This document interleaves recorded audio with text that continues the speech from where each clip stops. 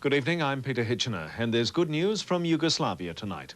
The Federal Army has unexpectedly announced that it's agreed to a ceasefire with Croatian forces.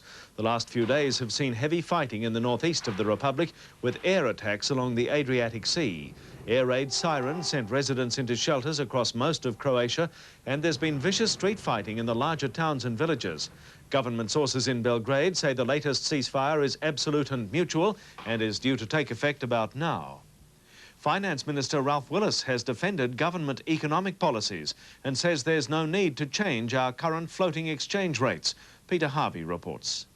The recent surge by the Australian dollar has worried exporters and some federal government ministers, but Ralph Willis remains a firm backer of the current floating exchange rate. Well, I don't see any great need to change the way in which we're dealing with the exchange rate at the present time. And the Finance Minister is bullish about economic recovery, confirming the government's preparing to fast-track job-creating projects. We're certainly looking to spur the recovery through getting development projects going. A week ago, the ACTU complained about the Green Movement blocking development. Today, Environment Minister Ros Kelly strongly disagreed and signalled a continuing brawl over project approval. If you say to the people of Melbourne or Sydney, do you want to have a new industry go in there that will pollute your waterways and pollute your air, the answer will be an overwhelming no, even if it does mean more jobs. Peter Harvey, Canberra. Grand final fever has struck across the country. In Perth, the West Coast Eagles arrived home after their preliminary final win to a hero's welcome from thousands of supporters.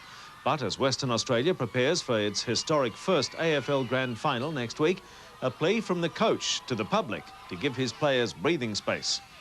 And the party continues in Sydney tonight as the Penrith Panthers celebrate the club's first rugby league premiership. Janine Rogers reports. Yes, feel good.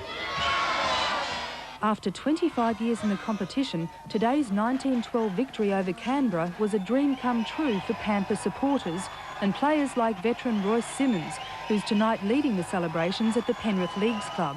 Simmons, who now goes into retirement, scored the Panthers' first try in the 7th minute. Simmons up the middle, racing Simmons! Simmons gets it! But the Raiders were quick to strike back. A perfectly placed kick by Ricky Stewart, setting up a try for winger Matthew Wood. The reigning premiers went into the half-time break leading 12-6, but Penrith came back fighting in the second half, with Brad Izzard scoring under the posts. But it was the veteran Simmons who sealed the match when he scored 2 minutes from full time.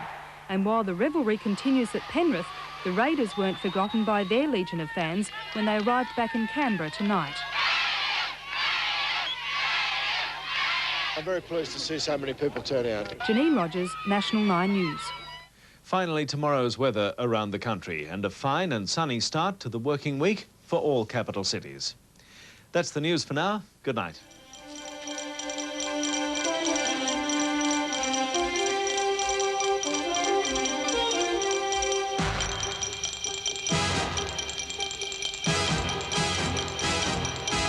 This has been a National 9 News presentation.